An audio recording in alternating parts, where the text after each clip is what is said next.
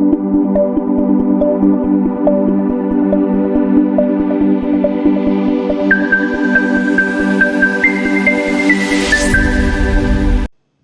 Students, next जो हमारा topic है वो है विटामिन B7। इससे पहले हमने विटामिन B6 और विटामिन B5 के बारे में पढ़ा था।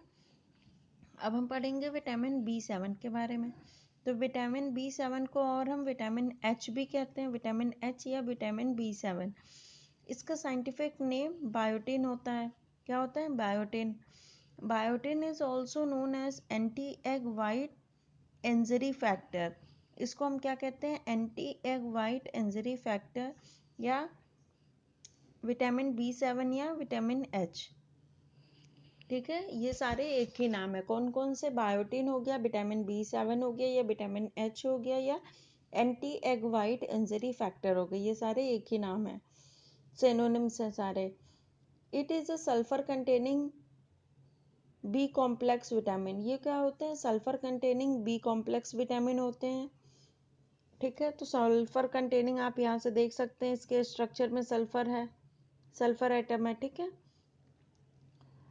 Next, it is directly participated as a coenzyme in the carboxylation reactions.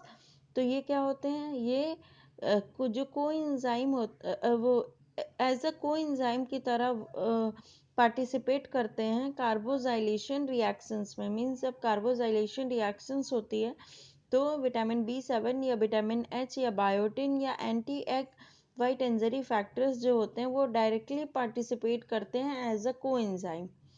Next है सोर्सेस। तो सोर्सेस क्या है? एग यॉक हो गया। अब जाहिर सी बात है, ये एग वाइट इंजरी फैक्टर है तो सोर्स एग यॉक हो गया।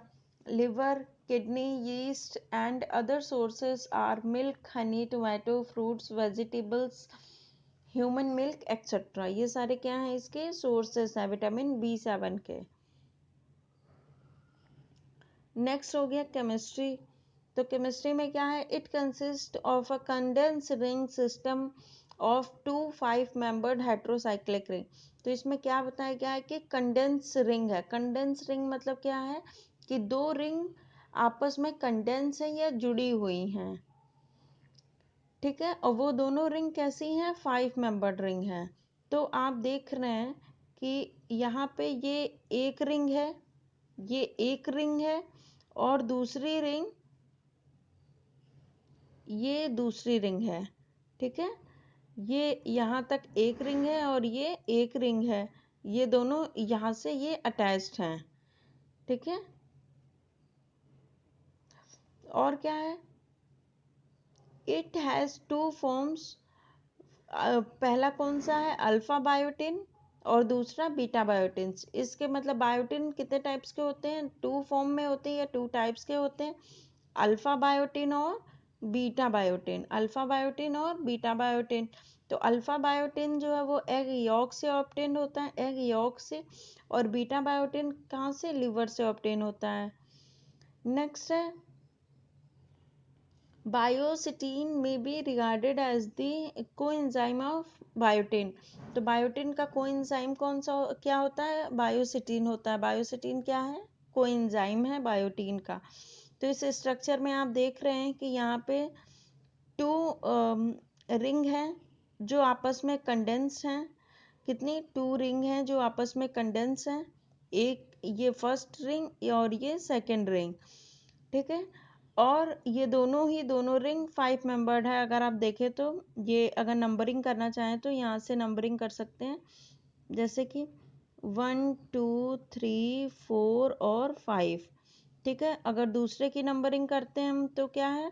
दूसरे रिंग की 1 2 3 4 5। ये दोनों क्या है? 5 मेंबर्ड रिंग है, कंडेंस रिंग है। और ये बायोटिन में और क्या होता है? ये सल्फर कंटेनिंग कंपाउंड होते हैं, तो ये सल्फर एटम भी इसमें अटैच्ड है। नेक्स्ट हमें पढ़ना है आरडीओ ऑफ विटामिन 7 या daily requirement of vitamin B7। तो अडल्ट के लिए होता है 50 to 60 माइक्रोग्राम, चिल्ड्रन के लिए 20 to 40 माइक्रोग्राम, इन्फेंट्स के लिए 10 to 15 माइक्रोग्राम, फिजियोलॉजिकल फंक्शंस होते हैं और विटामिन B7 के। Biotin serves as a carrier of carbon dioxide in carboxylation reactions. ये कैसे वर्क करता है? कार्बोजाइलेशन रिएक्शंस में कार्बन डाइऑक्साइड के लिए कैरियर की तरह यूज होता है। नेक्स्ट है biotin acts as coenzyme in the conversion of propionic acid and to succinic acid. ये क्या करता है? प्रोपियोनिक एसिड से सक्सेनिक एसिड में जब कन्वर्जन होता है तो उस टाइम पे ये एज अ कोएंजाइम वर्क करता है। Next vitamin biotin is involve in cell cycle regulation. तो बायोटिन किसकी तरह वर्क करता है? सेल साइकिल रेगुलेशन में वर्क करता है। नेक्स्ट है deficiency diseases of vitamin B7। तो क्या है? Symptoms of biotin deficiency include anaemia, loss of appetite. Anaemia होता है मतलब ब्लड की कमी हो जाती है।